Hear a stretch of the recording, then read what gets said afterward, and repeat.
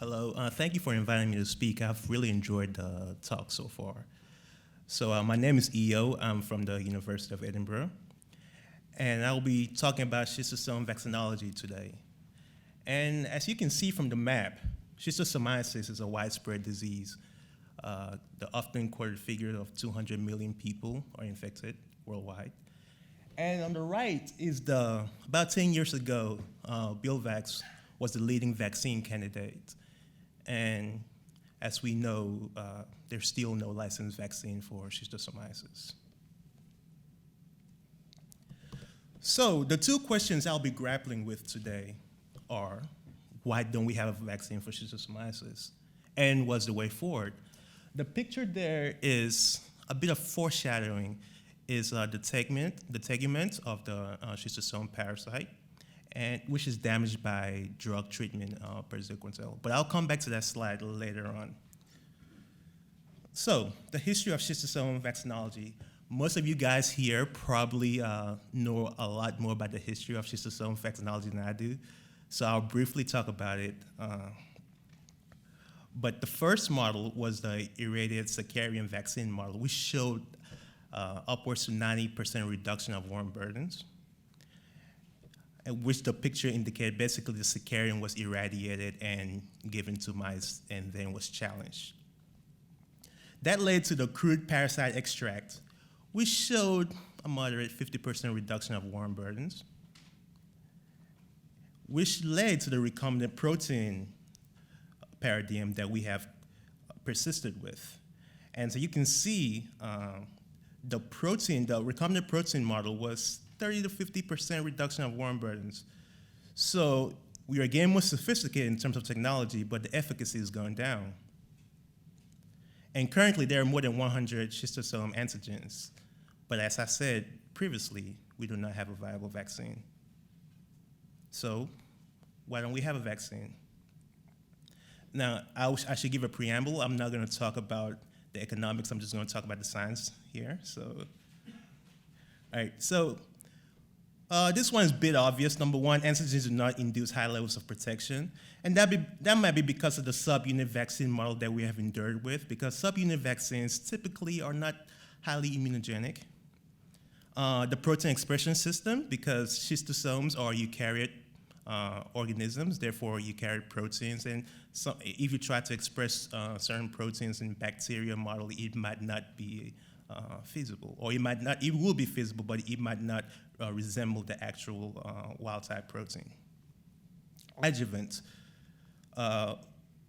Currently, alum is pretty much what is used in most vaccines, but the malaria, the RTS vaccine is using SO3, and there's virus-like particles as well that could be used. So these are different measures that we should be looking into and possibly measures why we do not have a vaccine.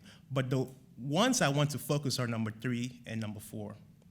And number 3 states we do not have a suitable model for identifying protection, and we don't have the tools for selecting protective antigens. So this goes on to the way forward on my on the work I'm currently doing in Zimbabwe.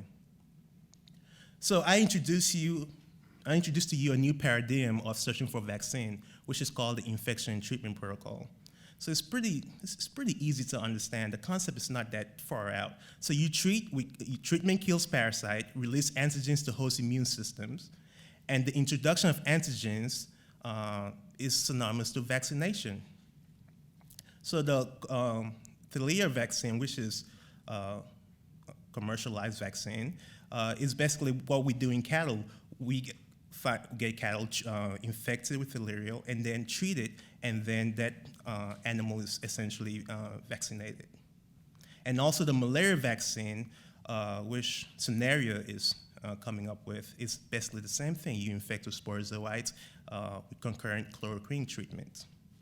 So we thought perhaps we should introduce this infection and treatment protocol to finding schistosome vaccines. Okay. So what do we know? We know that treatment with parazinquatel causes paralysis and integument damage of schistosome. And we know that when the integument is damaged, antigens are antigens are given to host immune system, and these antigens alter host immune response. And we also know that these antigens induce an immune response that's associated with protection. So this flowchart I will explain this flowchart one by one to really show you guys how we are able to select the antigens and how we're able to make this type of vaccine.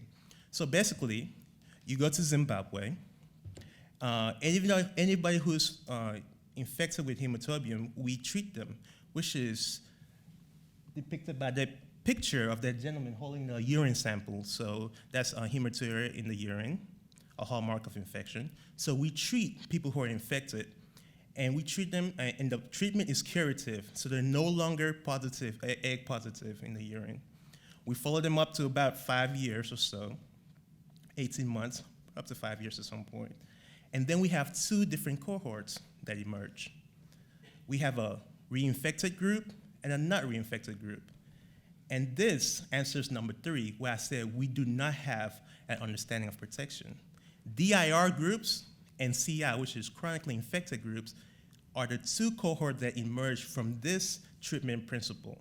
And the DIR individuals become a hallmark of protection, because although they're exposed, as that picture shows there, although they're exposed to the parasite, they have mounted an immune response that makes them not infected through treatment. So you take sera from these guys, and then through comparative analysis, you can understand which antigens are more reactive. And the last part is just the answer to number 4, how do we identify these antigens? So just a validation of this principle in the work that we did in 2015. So what you see there is the DIR symbol and the CI, chronically infected individuals, of course, is clear. So when we took the sera from these individuals, and we had a microarray of antigens, and we took their sera and we ligand different antigens, and the results you see are the fluorescence in terms of the antibodies that were derived from this. From this process. And you can see remarkably that the proteins that are bracketed, the proteins that have brackets on them, are the WHO proteins that were vaccine candidates right around in the 90s or so. But you see the novel proteins that we have identified through the system. So for microarray analysis of the sera that we have collected from this different group of people, we can see which proteins are actually best or better vaccine candidates. And so the obvious point is, because of the heterogeneity that we see here, that a vaccine for this parasite is going to have to be a multi-antigen vaccine. So the take-home message: the model that I have just showed is a good model of using, is a good model of using human samples to select antigens. And as I previously mentioned, the heterogeneity of the results suggests that we need a multi-antigen approach.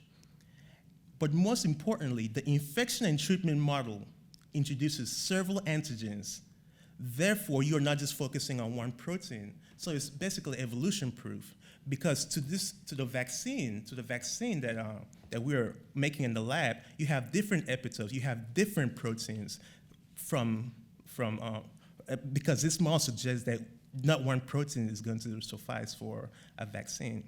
So just reiterating, just going back to the model just to show. So we are able to find a protective model, and from that protective model, we are able to identify antigens that have induced this protective model, and therefore these antigens become the formula for a vaccine for schistosomiasis.